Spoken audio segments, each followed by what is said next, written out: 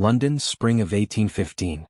The whispers began long before Lillian Harrington even stepped into the ballroom. They followed her like a shadow, soft, poisonous murmurs carried through fans and gloved hands, exchanged between ladies who had mastered the art of polite cruelty. In London society, reputation was everything. And the Harrington name had been ruined for nearly a decade. Lillian had learned long ago how to endure it. The grand ballroom of Petton House glittered under hundreds of candle flames reflected in crystal chandeliers. Violins filled the air with elegant music while silk gowns rustled like quiet waves across the marble floor. Nobles laughed softly, alliances were formed in whispers, and fortunes were measured in dance cards. And among them all stood the one woman no one wished to acknowledge. Lillian Harrington remained near the far wall, exactly where society preferred her. Invisible. Her pale blue gown had been carefully mended earlier that afternoon, the fabric pressed with such care one might almost mistake it for new. But Lillian knew better. It was 3 seasons old. In London society, that alone was enough to make her an object of quiet ridicule. Still, she held her head high. Across the room, her younger sister Emily moved through the crowd like sunlight. At only 18, Emily possessed everything society admired: beauty, innocence, and a hopeful heart not yet hardened by cruel gossip. Lillian watched her closely. Not with envy. With protection. Emily laughed at something a young gentleman said, her golden curls catching the candlelight as she smiled.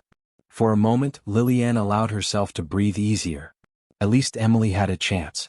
A chance Lillian had lost the day their father's name had appeared in every scandal sheet in London.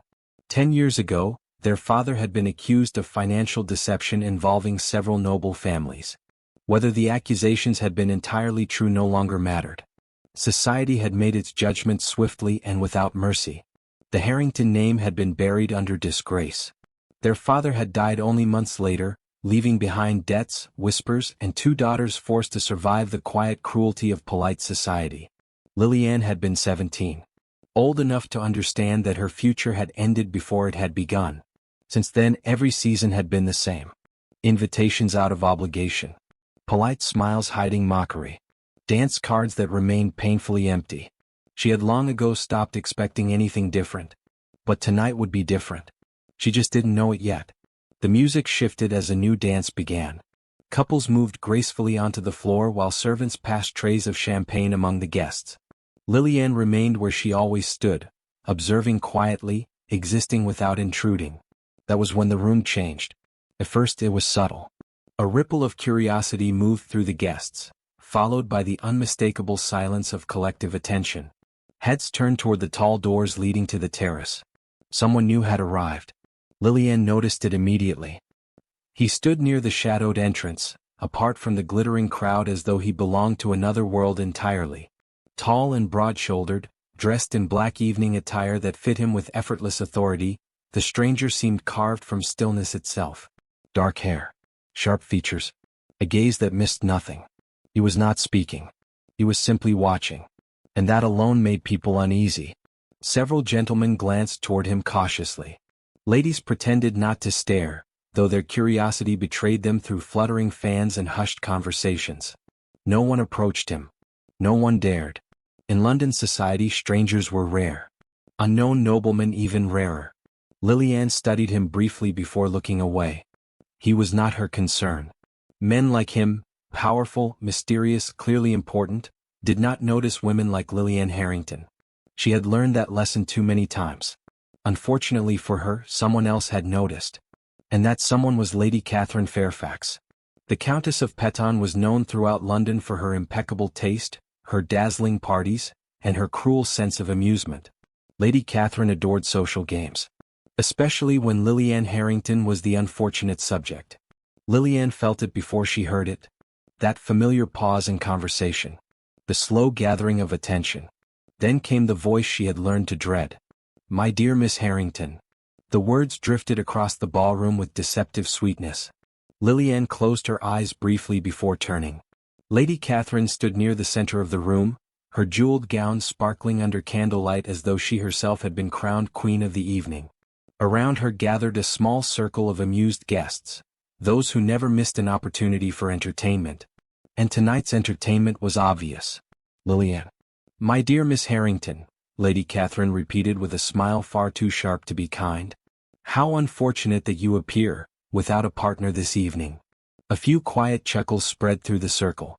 Lillian kept her expression calm. Humiliation was easier when one refused to react. I am quite comfortable, my lady, she replied softly. Lady Catherine tilted her head. Oh, but that will not do.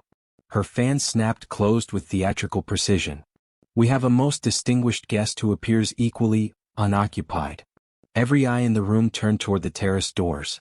Toward the stranger. Lillian felt 30 pairs of curious gazes fall upon her instantly. The meaning was clear. Lady Catherine had found her entertainment. The forgotten spinster, and the mysterious outsider. Perfect. Surely, the Countess continued smoothly, you would not deny our guest the pleasure of conversation. A few ladies giggled behind their fans. The stranger had not moved. But he was watching now. Watching Lillian. She felt the weight of his attention even from across the room. For a brief moment, her heart pounded with something dangerously close to panic. But Lillian Harrington had survived 10 years of humiliation. One more would not break her. She straightened her spine, lifted her chin, and walked forward. Each step across the ballroom felt heavier than the last. Conversations faded as she passed, the air thick with anticipation. Everyone wanted to see how this would unfold. The disgraced spinster, and the mysterious man no one dared approach. Lillian reached the terrace doors. Up close, the stranger seemed even more imposing. He was taller than most men in the room, his posture perfectly still, his dark eyes studying her with unsettling focus. Not mocking. Not amused. Simply, observing. For the first time in years, Lillian felt something unfamiliar. Nervousness. She stopped a polite distance away. Good evening, sir. Her voice remained steady despite the dozens of watching eyes behind her. I hope you will forgive the interruption. The man did not answer immediately. Instead, his gaze moved slowly across her face, as though studying something unexpected. Then finally he spoke. His voice was deep, calm, and surprisingly gentle. I believe, he said, the interruption was not yours. Lillian blinked slightly. That was not the response she had expected. Most men forced into such a situation would have reacted with visible discomfort, or polite dismissal. But this man did neither. Instead, he gestured toward the empty chair beside him. Please. It was not a command. But it carried the quiet authority of one. Lillian hesitated only briefly before sitting. From across the ballroom, Lady Catherine watched with clear amusement. The humiliation was expected to begin any moment. Only, it didn't. The stranger remained calm, unbothered, almost as if he had expected her. For several seconds neither of them spoke. The music continued. The ballroom resumed its low hum of conversation, though many guests still watched discreetly. Finally Lillian spoke again. I am Lillian Harrington. There was no point hiding the name. The reaction came immediately. A flicker of recognition crossed his eyes. He knew it. Of course he did. Everyone did. But instead of discomfort, he smiled. Not a mocking smile. A real one. Adrian Blackwood, he replied. The name meant nothing to her. But something about the way he said it made her pause. Blackwood. She searched her memory. No noble family in London carried that name. Are you visiting London, Mr. Blackwood? She asked politely. A faint spark of amusement touched his expression. Something like that. Lillian studied him quietly. There was something unusual about this man. His posture. His calm. The way he seemed completely untouched by the invisible rules of the ballroom. Most guests were performing, every gesture carefully measured by social expectation. He was not performing. He simply existed. And that alone made him dangerous. May I ask you a question, Miss Harrington? She nodded cautiously. Adrian leaned back slightly in his chair, still studying her. Why did you come tonight? The question caught her completely off guard. Of all things he could have asked, that. Lillian hesitated. Because the honest answer was far too complicated. She could have said obligation. She could have said family. But something about his gaze made lies feel pointless. So she answered truthfully. For my sister. Adrian's brow lifted slightly. Lillian glanced toward the dance floor where Emily laughed again with her partner. She deserves a chance at happiness, Lillian continued quietly. And sometimes that requires enduring unpleasant evenings. Adrian followed her gaze. Understanding flickered in his eyes. When he looked back at her, his expression had changed. There was something new there. Respect. You are braver than most people in this room, he said simply. Lillian almost laughed. If the rest of the ballroom could hear that sentence, they would think it a joke. But Adrian Blackwood was not smiling. He meant it. For the first time in many years, Lillian Harrington felt something unexpected. Oh. She did not yet know that the man sitting beside her was not simply Adrian Blackwood, and that by the end of the night, all of London would know his true name. For several minutes after their conversation began, Lillian almost forgot where she was. Which, in a ballroom filled with London's most judgmental nobles, was nothing short of extraordinary. Adrian Blackwood spoke with a quiet calm that made the chaos of the room fade into the background. He was not overly charming, nor did he attempt the exaggerated politeness so many gentlemen used when speaking to ladies. Instead he listened. And that alone made him different from most men Lillian had encountered in society. Across the ballroom, however, the situation looked very different. Lady Catherine Fairfax watched from the center of the room with growing irritation. This was not how the evening was supposed to unfold. She had expected awkward silence, embarrassment, perhaps even the poor man attempting to escape the conversation as quickly as possible once he realized who Lillian Harrington truly was. Instead, the mysterious stranger remained seated beside her as though he had chosen the company himself. Lady Catherine's smile tightened. "Well," she murmured to the group gathered around her, "how unexpected." A few ladies whispered behind their fans. "Does he not know who she is?" "He must not. Poor man." Lady Catherine snapped her fan open slowly. "Oh, I believe he will learn soon enough." And she had every intention of making sure he did. Back on the terrace, Lillian found herself doing something she had not done at a social gathering in years. She was speaking freely. Adrian asked simple questions about her life, her interests, even her favorite books. There was no mockery in his tone, no hidden curiosity about scandal.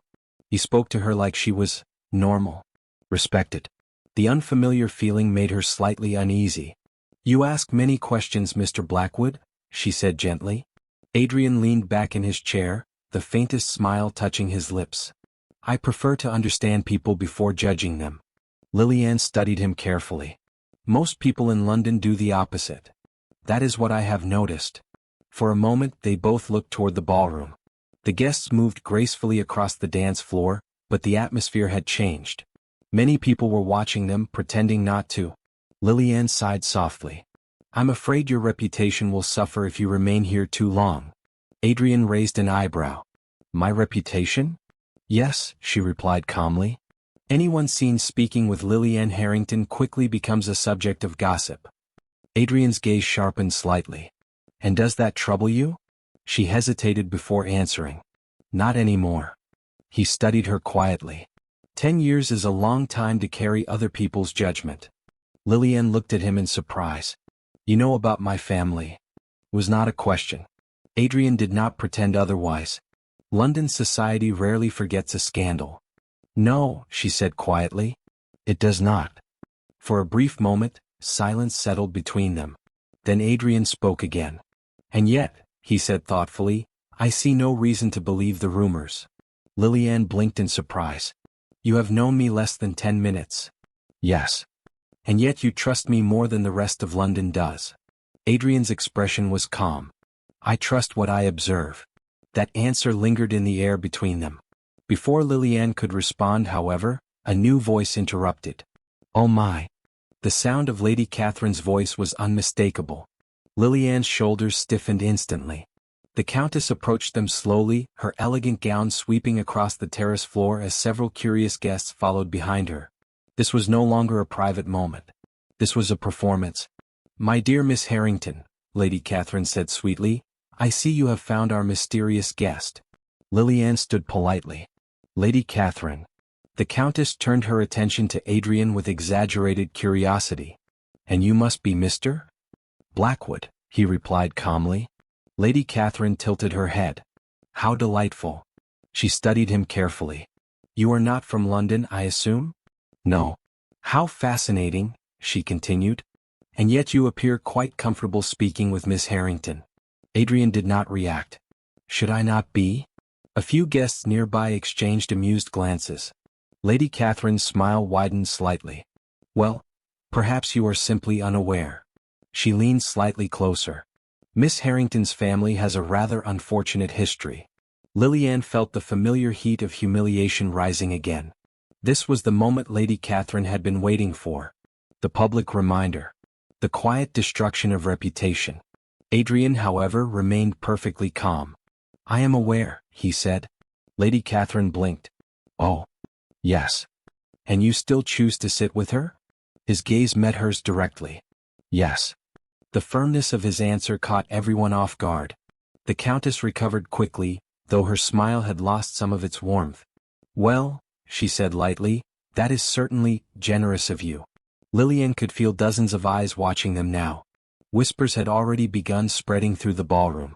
But Adrian was not finished. Lady Catherine, he said calmly. Yes. May I ask you a question? The Countess appeared amused. Of course.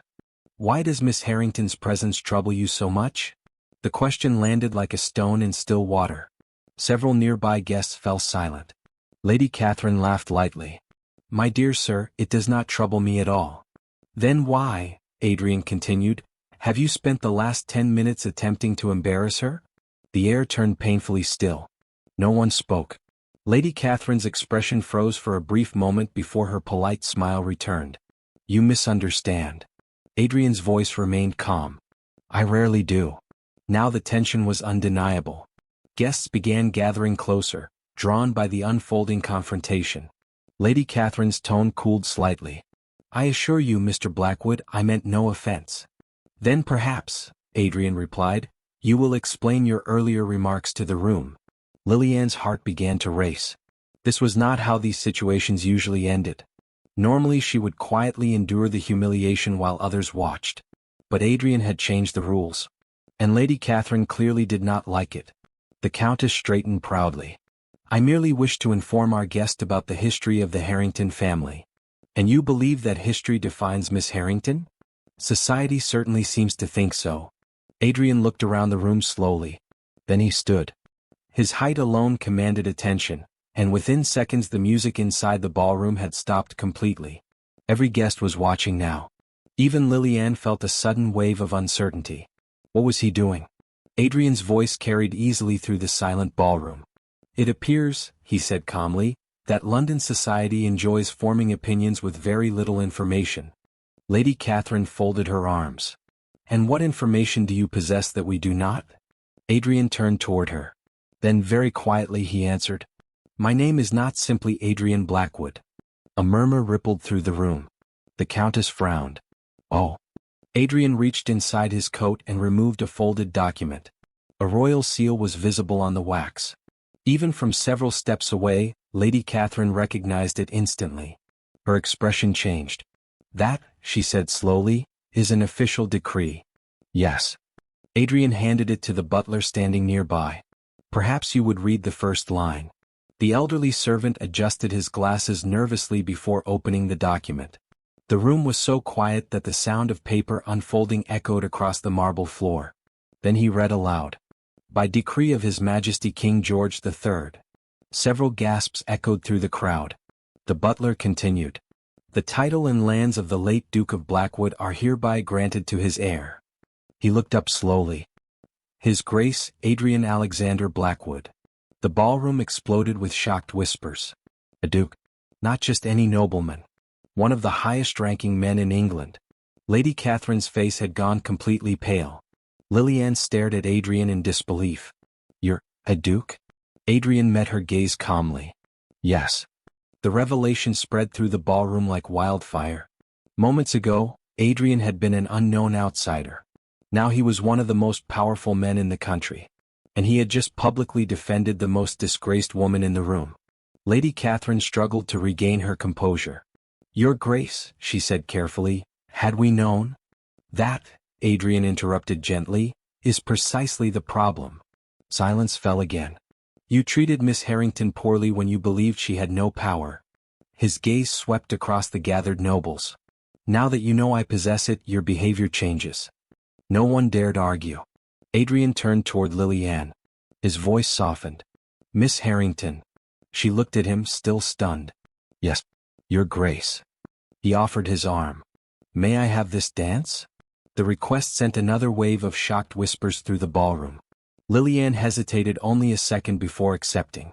As they walked toward the dance floor together, the entire room watched. The disgraced daughter of a scandal, and the most powerful duke in London, dancing together.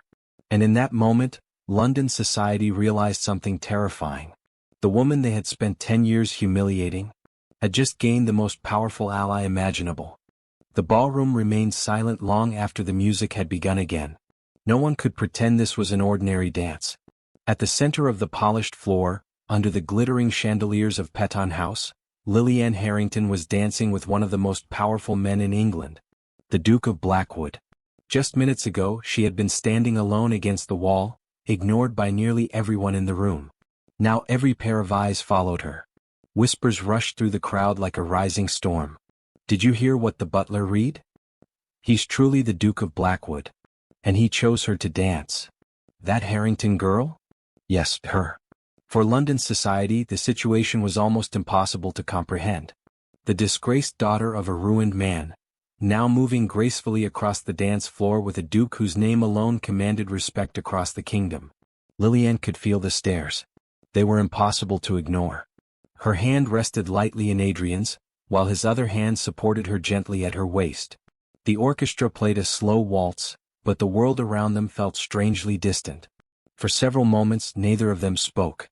Finally Lillian took a breath. "You should not have done that." Adrian looked down at her calmly. "Done what?" "Announced yourself in such a dramatic way." A faint smile touched his lips. "I did not intend for it to be dramatic."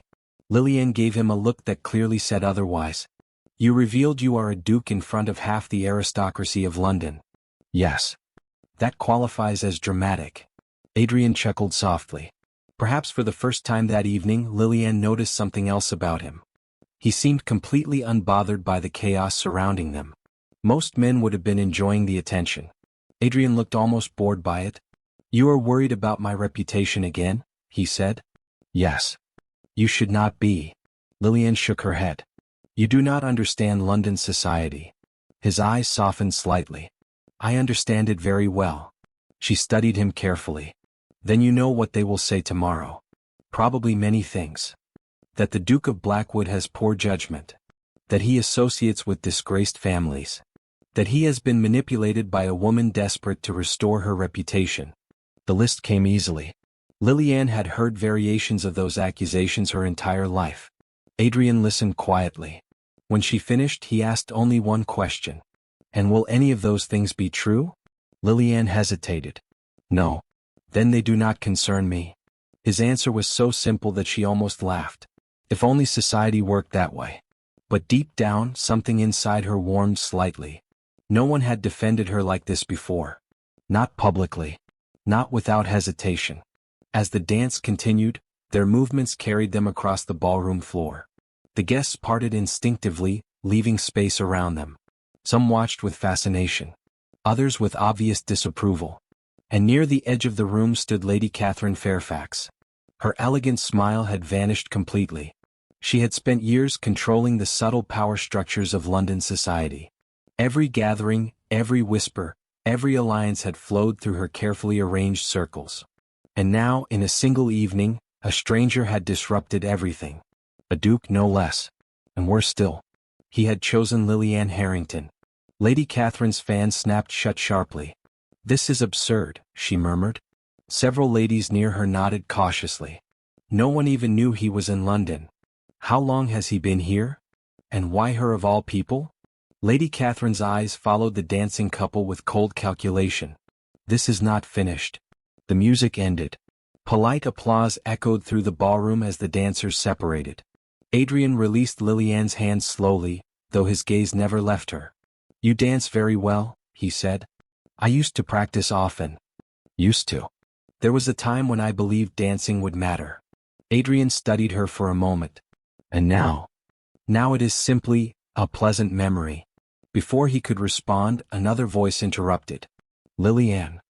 Emily hurried toward them, her face glowing with excitement. I cannot believe what just happened. She stopped abruptly when she noticed Adrian standing beside her sister.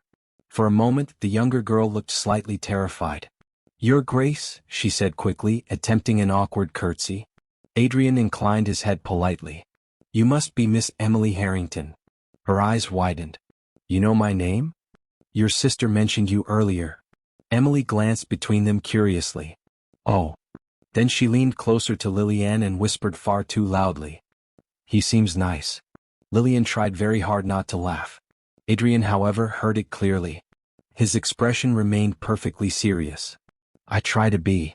Emily blushed furiously. Across the ballroom, the tension had not disappeared. If anything, it had grown stronger. Several powerful families were now watching the scene with intense interest. The arrival of a new duke always created ripples in society. But this duke had just challenged the unwritten rules of London's elite. That could not be ignored. And someone finally decided to act. Lord Whitmore stepped forward from the crowd. Tall, proud, and known for his strict devotion to social tradition, he represented the very core of aristocratic authority. Your Grace, he said with a polite bow. Adrian turned toward him.